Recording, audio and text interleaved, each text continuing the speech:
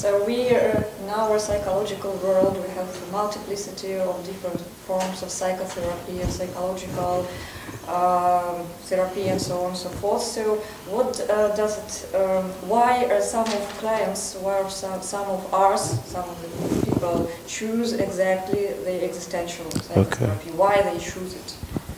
Okay. So the foundation for this.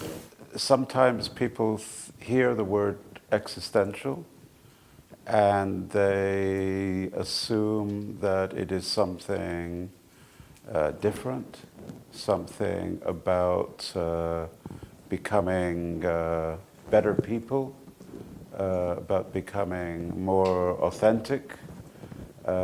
Existential in Britain has become a very common word, mainly used by politicians. So they say we now have an existential crisis, or there is an existential challenge to our existence, and so forth. So these days, the people who choose existential, I think, imagine that they are going to get something that is perhaps a deeper kind of therapy and a more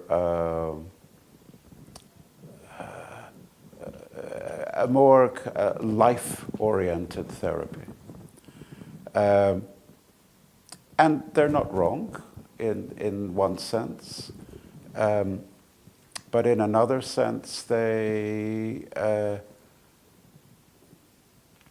what they are likely to get is a therapy that engages them in discussion. So it's not a silent form of therapy or a form of therapy where the therapist is the interpreter of meaning. It's more a dialogue-based form of therapy. And people seem to appreciate that. И второй вопрос, на самом деле очень похожий. А что бы вы могли сказать будущему молодому терапевту, который выбирает себе направление в этом разнообразном мире? Почему именно экзистенциальная терапия? You are very brave, maybe even foolish, but I think that I have been part of the Existential Society in London since it began. This was in 1988. And we have an annual conference. And in the last few years, when I have been going to this conference, I have been very happily surprised to see more and more younger therapists who I don't know at all, I've never seen them before, coming to the conference. That seems to me to be a very positive move, because if it was the same old people coming all the time, I would be feeling, oh, we are probably a dead society. But because there are young people, younger therapists coming, and when I speak to them and ask them, what brought you here, or what made you want to follow this particular path, they say things basically like, it spoke to me. When I read this therapy or about this therapy, it touched me in a way that was more than just in my brain. It touched my heart, it touched my body. So I think that's what draws them to it. They feel connected to what is being said. When I was a young student, a young undergraduate student, I had the same experience with the writings of R.D. Laing, The Divided Self.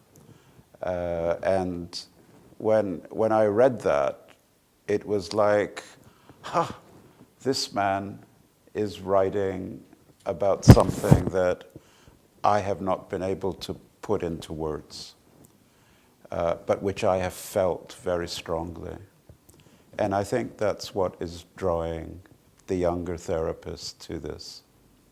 В последнее время в России в профессиональном сообществе очень много говорят об этике. Этические вопросы всех волнуют. Вы сегодня на семинаре говорили о правилах психотерапии, о границах. Насколько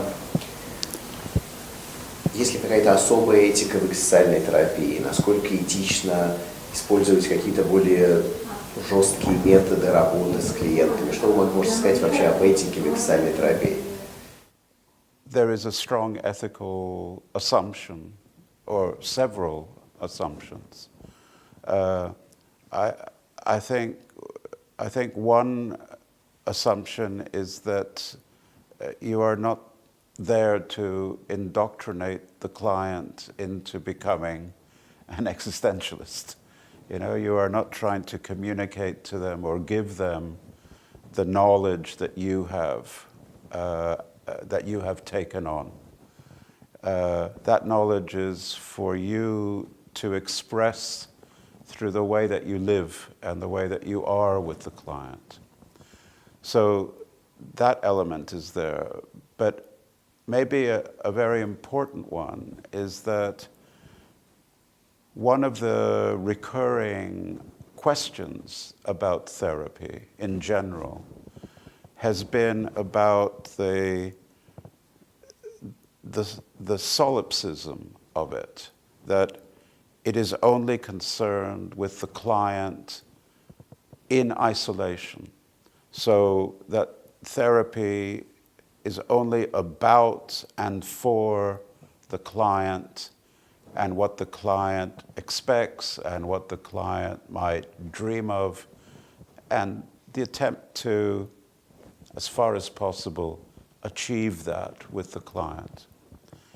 Existential therapy reminds the client constantly that they exist in a relational world, that their actions reverberate across the world in ways that are both obvious and mysterious.